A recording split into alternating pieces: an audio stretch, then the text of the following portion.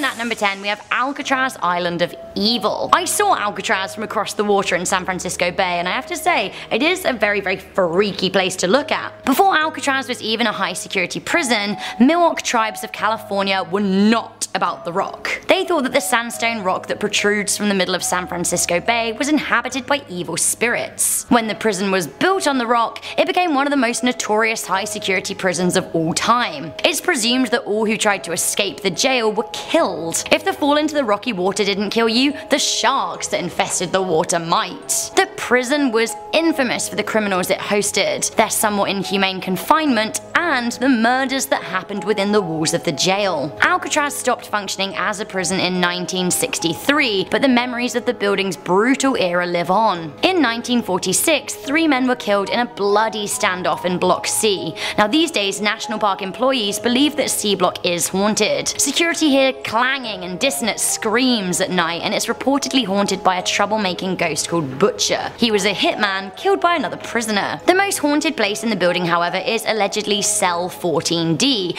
a solitary confinement hole. Now the hole is said to turn men crazy. Now, criminally insane, to me, is a lot worse than simply being a criminal. It seems that Alcatraz was always an island of evil spirits, but by building a jail there, the United States government added a few more to the mix, whilst damning others to expire there. Coming into number 9, we have the story of the Billywhack monster. Ah yes, the legend of Billywhack. So this Californian legend goes all the way back to the 1940s, but it is still going strong today. The old Billywhack dairy building is situated in Santa Paula in Ventura County. The building was indeed an old dairy and was run by August Rubel, a German national living in the United States. Rumour had it at the time that Rubel had a secret lab under the dairy where he was working with the government to create a super soldier for warfare. In 1943, he had to go back to Germany, which was tricky as he was working for the Allies and war had already broken out. It seems that Rubel was killed by a German landmine and was unable to return to the Billywhack dairy. Some years later, a strange creature was reported in the area around the now abandoned dairy. Most of the reports came from students at Santa Paula High School who called police to let them know that their cars were being hit by rocks. Who was throwing the rocks? Apparently a weird looking large animal. Some students even reported being set upon by a large white humanoid looking creature with goat-like horns and razor-sharp claws. It seems something fitting that description terrorized hikers nearby in 1964. It wasn't just the monster causing trouble either. Locals were getting frustrated with the teams of vigilantes turning up to try and hunt the beast. Coming in at number 6, we have the legend of California's skinwalkers. In Navajo culture, a lot of people believe in skinwalkers. Skinwalkers are said to be witches who ascend to their superhuman powers by murdering a close member of their family. These skinwalkers can then take the form of an animal of their choosing, although they usually appear as wolves, owls and coyotes, foxes and crows. These witches are said to be extremely dangerous, and you do not want to encounter one for fear of invoking their wrath. These skinwalkers are said to be most commonly found stalking deserts in California, like Death Valley. They are also said to appear in the Mojave National Reserve and Joshua Tree. When Nick Redfern visited Joshua Tree in August 2010 for a VH1 documentary, he said he came across a woman who helped save injured wolves and other animals in the area. Very nice of her. Despite saving the wolves, she was deathly terrified of meeting a skinwalker, so much so that she wouldn't even utter the S word. Coming into number 7, we have Turnbull Canyon. Turnbull Canyon was dubbed the Dark Place by local native tribes, and that nickname has more to it than simply referring to a lack of light. Back then, the native tribes would refuse to set foot there. The place became even darker when Spanish invaders forced natives into the canyon, killing those that fell out of line. Since then, legend says that every Native American killed in the canyon still haunts it today, watching passers-by and waiting for the sun to rise. Many explorers feel watched when they venture out into the canyon. Not only is the canyon haunted by the spirits of the wronged natives, but it is also said to be a hotbed for occult activity. There have been reports of black-robed beings making effigies in the remote area. A string of disappearances around the nearby Puente Hills has been put down to satanic activity in the canyon. To make this a triple whammy of creepy, there is also an abandoned mental asylum in the canyon. Great. Coming in at number 6, we have the legends of Stowe Lake. The White Lady is said to be one of the ghosts of San Francisco, and this particular lost soul is said to haunt the Stowe Lake area of the city. Few are brave enough to walk by Stowe Lake at night, although some zealous youths do find it funny to turn amateur ghost hunters by provoking the spirit. Now the story goes that once upon a time a woman was out walking her baby in a stroller. She became tired and she sat down on a bench next to the lake, taking in the sights. Another lady decided to sit down and join her, and they had a brief chat. While the women chatted, it is said that the stroller rolled away unnoticed, either because its brakes were faulty, or they weren't put on properly, or someone abducted the child. The mother became very distressed and started frantically wandering the area asking if anyone had seen her child. Eventually, she thought the baby must have rolled into the lake, and so she got into the water to look for her. After that, neither mother or child were seen again, and it is presumed that the woman drowned. These days, at night, her ghostly apparition still stalks the area looking for her child. Now some versions of the urban legend say that you can summon the ghost yourself. Allegedly, if you say, white lady, I have your baby," 3 times over, the lady will appear. She'll then ask you, "Have you seen my baby?" and if you say yes, she'll haunt you, and if you say no, she'll kill you. Coming into number 5, we have the Angel of Bodie. Bodie is one of many Californian ghost towns. As we know, California was at the forefront of the gold rush, but it was also heavy on the silver mining. Bodie had 10,000 residents in 1859 and was thriving in 1894 when little Evelyn Myers was born. Growing up around a mine has its dangers, but as families settled to make their fortunes, this was the life many children in the southwest of the United States came to know. Little Evelyn was nearly 4 years old when she tragically lost her life. Her downfall was her playful curiosity. She liked to follow the miners to work, and she would often land herself in trouble with her parents. One day she followed a miner to work and he sent her back home, but she was sneaky and snuck back to watch him work. Sadly, he didn't know that she was behind him when he swung his pickaxe backwards and crushed her skull. A monument was erected in her honor, and it is now said that her ghost haunts a deserted town. She can be heard laughing and giggling as she skips gleefully around her home. Don't like this one at number 4. We have the story of the charred man of Creek Road. I don't like a ghost at the best of times, but charred ghosts with vacant eye sockets? No. No thank you, not today. The legend of the Charred Man has been told around Ojai campfires for decades. The Charred Man is said to stalk Creek Road and the Camp Comfort County Park. Many have reported seeing the ghostly apparition of a man on fire with black burned skin and hollow eye sockets. The Charred Man has most commonly been spotted in the Creek Road Bridge. When a car passes the bridge, it is said that he will emerge and glare at passengers. Not only that, he comes with a stench of burning flesh, which is something I've luckily never had to experience. Can only imagine it's truly awful though. It is said that the man leaves an imprint of ash on cars that get too close to him. Coming into number 3, we have the monster of Elizabeth Lake. While Elizabeth Lake in the Antelope Valley may look like heaven, it actually has a hellish legend attached to it. Los Angeles County's largest natural lake could contain a nasty beast. Legend has it that the lake was created by the devil himself, and he placed one of his own pets inside it. If you swim deep enough, you may find a secret passage that leads to the underworld. The lake monster uses this passage to move between Earth and the netherworld. Now the lake was originally referred to by Spanish settlers as La Laguna de Diablo, the lake of the devil. This was because they were convinced of the lurking monster. In the late 1800s, a group of men claimed to have witnessed the ascension of a vast monster with bat wings coming out of the lake. Coming into number 2, we have the story of the Fresno Nightcrawler.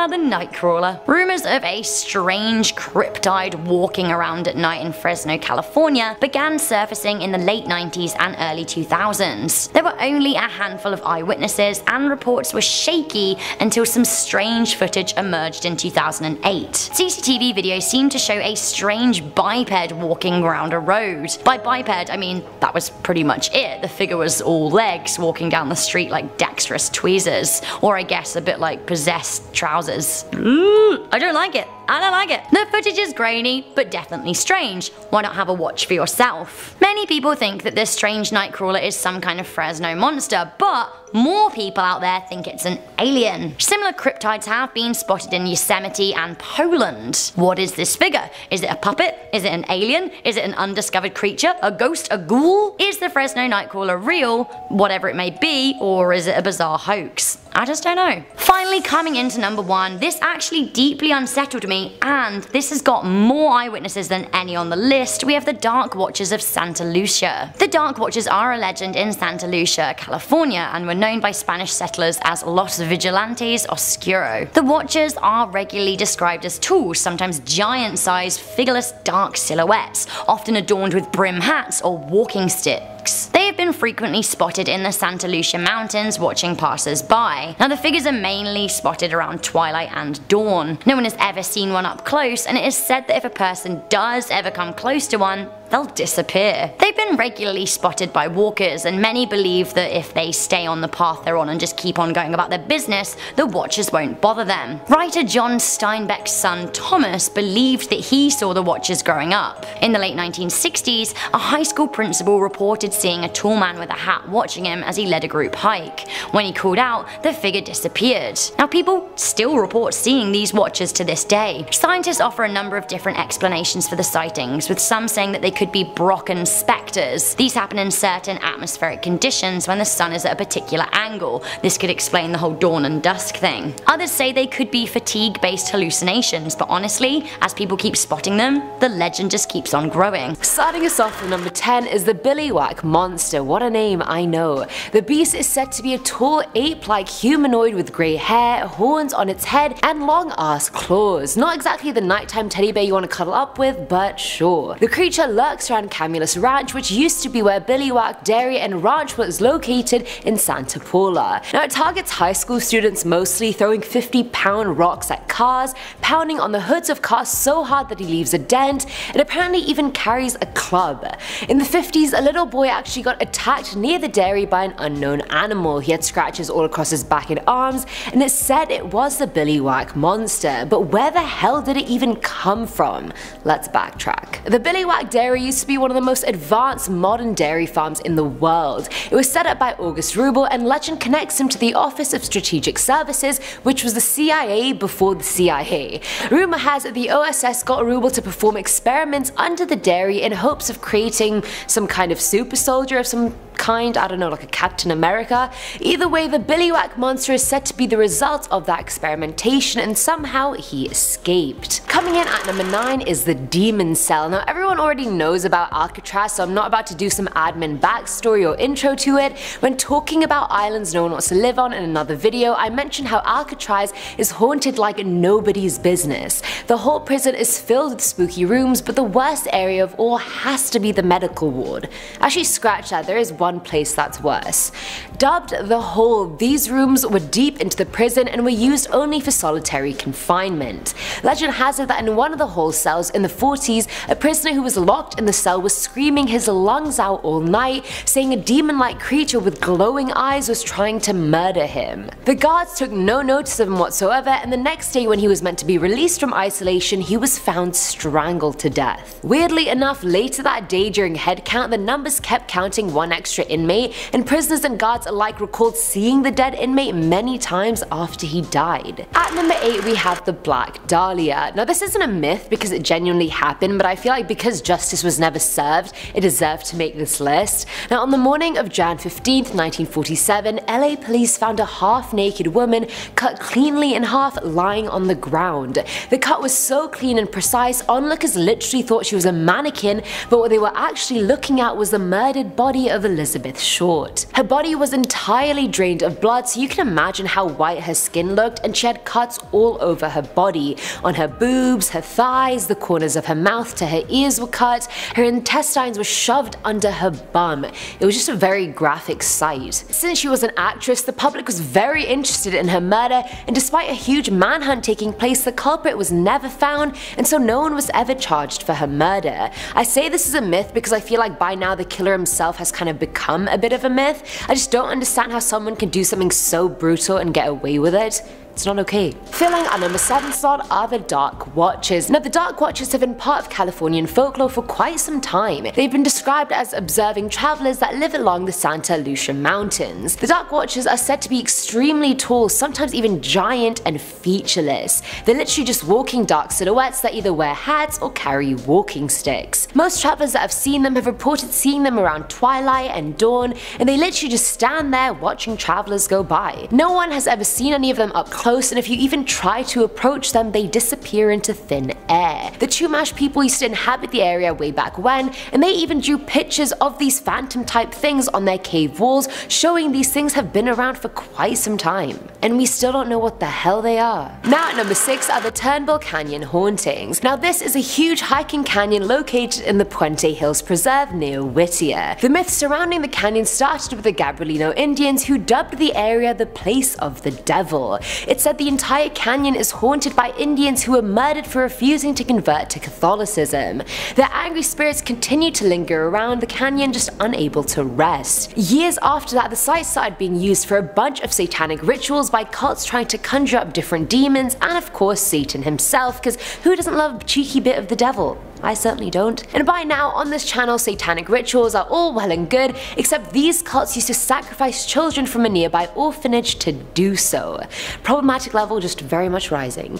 But then in the blink of an eye, the cults vanished, leaving hikers to see ghostly hooded figures, mutilated children, and hellish creatures. Coming in at number 5 is the Charred Man of Creek Road. Now this one's kind of hard to talk about because no one's quite sure on what the Charred Man is. I know the title says he's a man, but he could be a spirit, a beast, a human, a werewolf, no one actually knows. Located in Camp Comfort County Park, this myth has been going around for ages, and many people claim to have seen the Charred Man in real life. Many think he's the angered spirit of a burned victim of a living creature who's hell-bent on taking his suffering out on everyone else. It's been seen roaming the woods near Creek Road Bridge at night, and anytime a car appears, it jumps out and glares at the drivers with its hollow burnt socket. His body is so torched you actually can't even recognize what he is if you tried, but you will recognize when he's nearby because the stench he gives off is unmistakably horrid. At number 4 is the Ghost of Stowe Lake. Located in San Fran's Golden Gate Park, there's a very well-known myth surrounding Stowe Lake.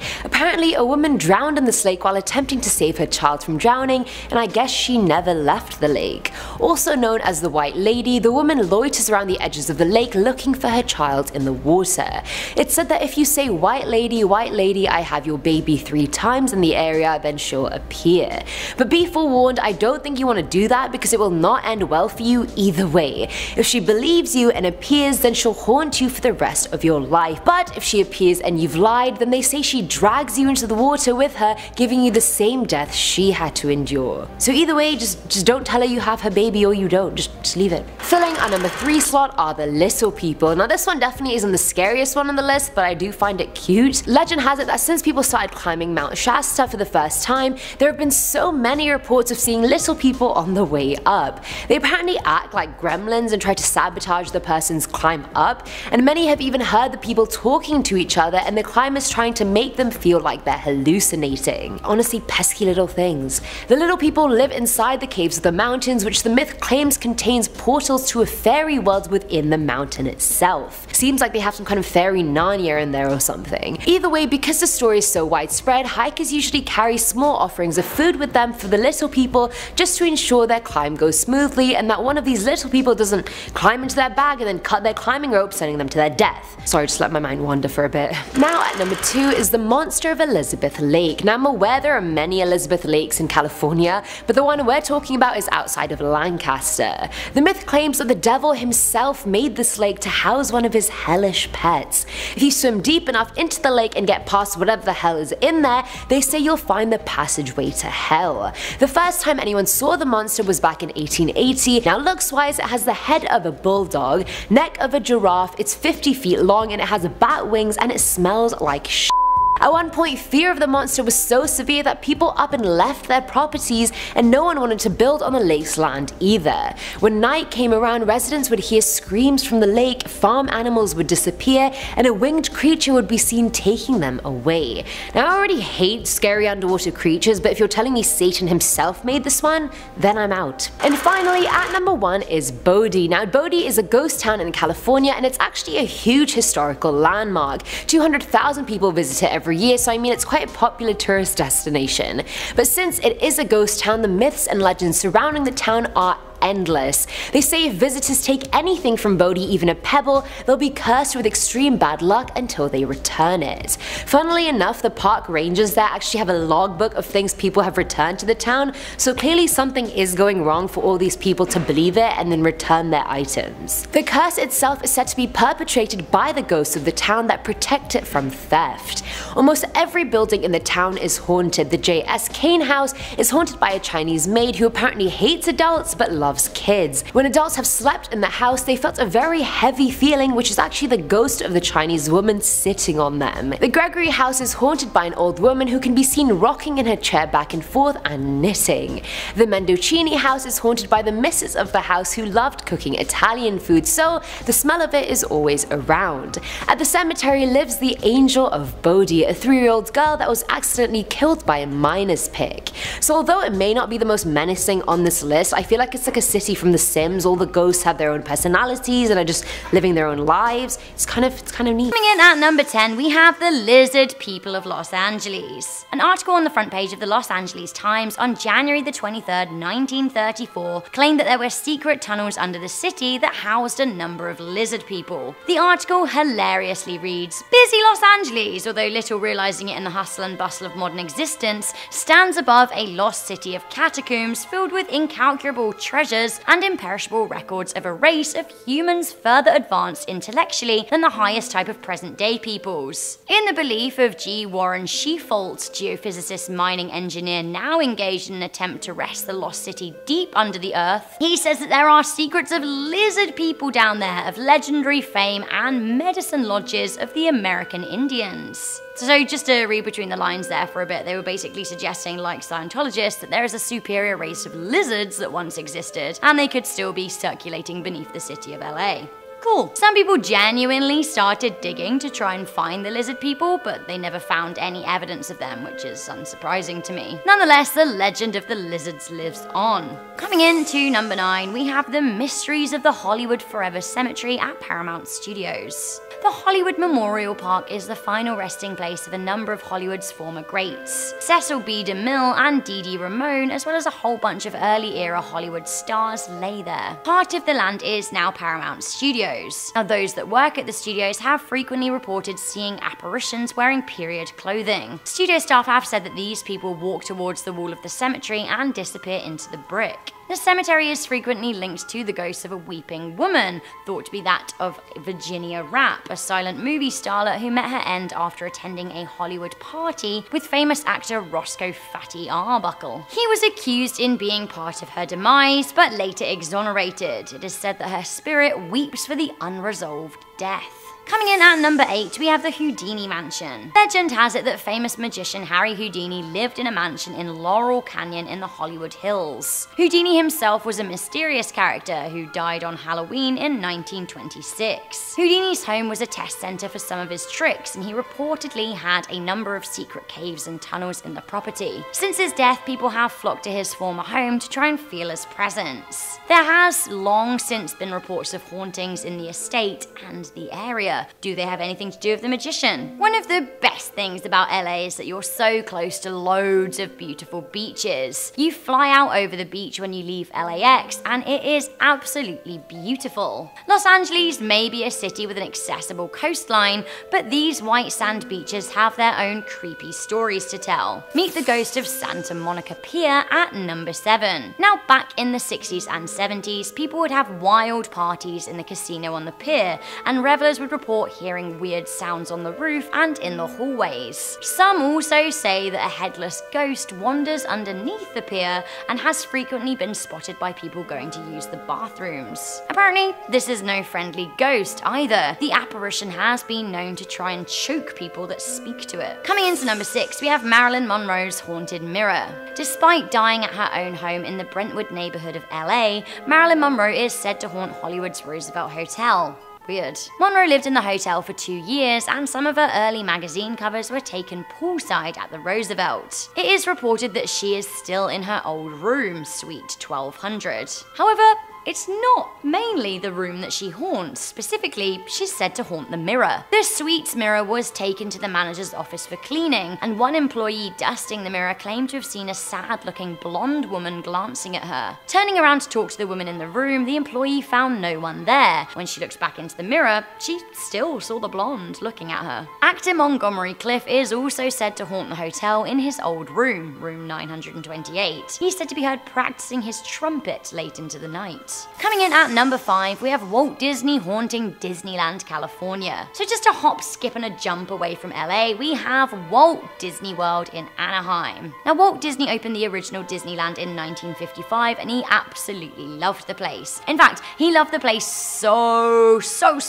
much, he had his own apartment there. He doted on the place. He spent the majority of his time there until his death in 1966. His apartment was above the fire station on Main Street. When he was in residence, it is said that he always kept a lamp burning in the window so everyone knew that he was there. When he died, the lamp was ceremoniously switched off. Eerily though, it seemed that the lamp would turn itself back on. One day, a staff member was cleaning the apartment when she heard a voice that said, "I'm still here." From that day on, Disney's lamp keeps on burning in the window as a mark of respect and acknowledgement for his ghost. Coming into number 4, we have the UFOs over Topanga Canyon. California is the worldwide hotspot for reported UFO sightings. On June the 14th, 1992, reportedly 17 people witnessed strange unidentified flying objects flying over the Topanga Canyon. According to local law surrounding that evening, huge objects were gliding noiselessly between slopes and ravines of the canyon, and a number of residents started disappearing. Some transcripts of calls to local police departments have been released, and they're pretty incredible. One eyewitness said, "Officer, we were driving through the canyon where the canyon gets deep and we noticed a bright light in the sky. Suddenly, it was over us. We lost control of the car and it lifted us up into the sky. It lifted us up off the ground. I'm telling you, I've never been more frightened in my life. We don't drink, we don't take drugs, and we have no history of psychological problems." Another call came from a concerned man asking if the cops flew strange-shaped helicopters with really bright lights over the canyon at night. The mystery of June the 14th still has no explanation other than aliens. Coming into number 3, we have the haunted Hollywood sign. Peg Entwistle was 24 years old when she leapt to her death from the Hollywood sign. Her death came right amid the golden era of Hollywood movies and attracted a lot of local attention. Peg spent her early life in Wales before moving to the United States with her father. Now, he was sadly killed in 1922 in a hit-and-run accident. Peg dreamed of becoming a star and had a short and tepid career on Broadway before she moved to LA. She was cast in one movie, 13 Women, before she committed suicide. It seems, disheartened by her acting career and tired of suffering, Peg climbed to the very top of the H of the Hollywood sign on September the 16th, 1932. She then jumped 45 feet to her death. A hiker found her purse with a suicide note in it, which read, "I'm afraid, I'm a coward, I'm sorry for everything. If I'd done this a long time ago, it would have saved a lot of pain. P.E." Her body was found by police and her death was sensationalized in the media. The truth became legend, as some say that 2 days after her death, a letter offering her a part in the Beverly Hills Playhouse was sent to her home. Now, the part was said to be that of a woman who committed suicide not long before the final curtain. Weird irony. Some hikers say they feel a presence around the sign. Some even say they see a blonde woman walking on air. From the Hollywood sign to the land it overlooks. Coming into number 2, we have the curse of Griffith Park. Griffith Park is reportedly blighted by a 150-year-old curse. The park used to be owned by the Feliz family until a senior member was dying and he was tricked into changing his will to sign it over to the Coronel family. Now, this unfortunately went to them rather than the rightful inheritor, who seemingly cursed the estate. Bad fortune then blighted every family that lived there. Don Cornell's family were met with misfortune and death, which was a trend that befit all future dwellers. Eventually, the park came into the hands of Colonel Griffith Jenkins Griffith. Yes, his name was Griffith. First name Griffith, last name Griffith. Cool. Anyway, after a while, he became freaked out by the land and reported the ghostly figure of Don Antonio Feliz appearing during storms. Now, he seemed angry. Griffith would only ever visit his land during the day, and on one occasion, he was shot by a crazed ostrich farmer. He survived, but he had enough of the land, which I totally get. He gifted the park to the city of Los Angeles in December 1896. Now, I was all with you, Griffith, but don't give away your cursed land to the city. That just seems mean. Ghosts Ghosts, including that of Felice, have been spotted in the park since the late 1800s, and in 1933 a fire tore through the land, injuring 150 people and killing 29. More recently, in 2016, a pair of hikers stumbled across a partially uncovered skull of an unidentified woman in her 20s. If all that wasn't enough, the park is said to be home to some kind of beast that stalks visitors. 3 eyewitnesses have reported a humanoid figure with black eyes, green skin, and a bent back. Weird. Finally, at number 1, we have the ongoing mystery of Alyssa Lamb. The death of Alyssa Lamb has been the topic of much discussion in LA and beyond. In early February 2013, 21-year-old Canadian tourist Alyssa Lamb went missing after a stay at the Cecil Hotel in Los Angeles. A video was posted of her from an elevator security camera by police, as this was the last time she was seen alive. Now, in the video, she's seen acting exceptionally strangely, very strangely indeed. She presses a number of buttons in the elevator and the doors fail to close. She is seen peering out of the elevator and then trying to hide in the corner. She then exits and seems to be pleading with someone outside the door, but we can't see them. The footage ends with her walking out of shot and the elevator door opening and closing a number of times. On the 19th of February, her body was found by hotel maintenance workers who had come to investigate issues with the hotel water pressure. It seems that she was dead in the water tank. She was naked and her clothes and possessions were found floating next to her. Her death caused a huge smear on the hotel, which had seen other notable murders and deaths over the years. Now, the mystery of her death has never been solved, with many suggesting it has something to do with the paranormal. The hotel has been rebranded as The Stay on Main because nobody wanted to stay there anymore.